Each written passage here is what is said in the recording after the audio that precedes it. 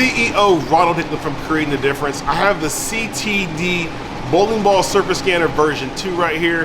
And I've got 2 Venom shots. We're going to talk a little bit about how to use the surface scanner to your advantage. We're going to start by taking our surface scanner. We're going to scan these bowling balls real quick here. Now what we're going to do is we're looking for a consistent number. So you're seeing this bowling ball here happens to be at 2,000 grit. We go over here. This ball is also at 2,000 grit. So both these bowling balls are at 2,000 grit. Now what we're going to do is we're actually going to have Dustin throw some shots with one bowling ball, and every 5 frames we're actually going to track using the surface scanner what the surface changes to. As that bowling ball changes, once it gets to 4,000 grit, we're actually going to stop throwing that ball and immediately change to throwing the other ball. Now what we're going to do with that is we're going to use Specto and Clutch Bowling to kind of show you the little bit of difference in the performance of what happens when your bowling ball's changing at a rate pretty quickly versus if you were able to keep that surface the same.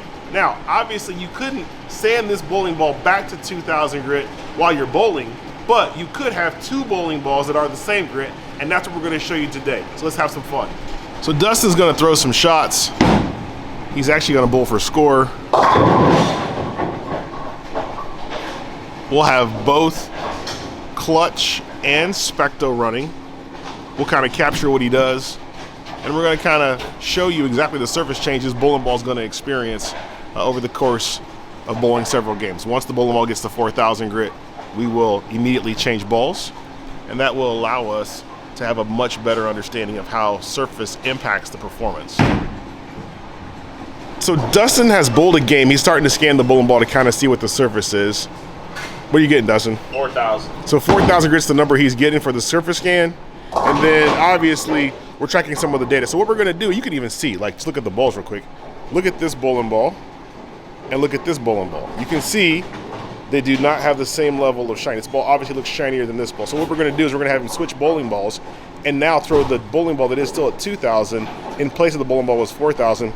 And we're gonna use a little bit of Specto, a little bit of Clutch, and kind of see exactly what's going on. Dustin now Dustin's gonna throw that 2,000 grit bowling ball. We're gonna see where he's got to be at in order to strike. That looked good, and we'll also be able to track it with Specto and kind of see exactly what's going on. When we take a look at the data from Specto, going from the bottom up, the bottom shot was the original ball with 2,000 grit. The middle shot was once it shined to 4,000 after 1 game. And the video you see here is the top shot once we use the second ball at 2,000 grit. You can see the advantage to definitely having 2 of the same ball in your arsenal at the same surface. You can see the performance loss between the original 2,000 grit and once it shined to 4,000. But we went to the fresh ball with the fresh surface. You can see that we got that performance back with 3.5 boards difference between the 4,000 grit ball and the 2,000 grit ball. You can get both TrueCut sanding pads and the CTD Ball Surface Scanner version 2 on ctdbowling.com. Dustin Zander with Creating the Difference. Have a great day.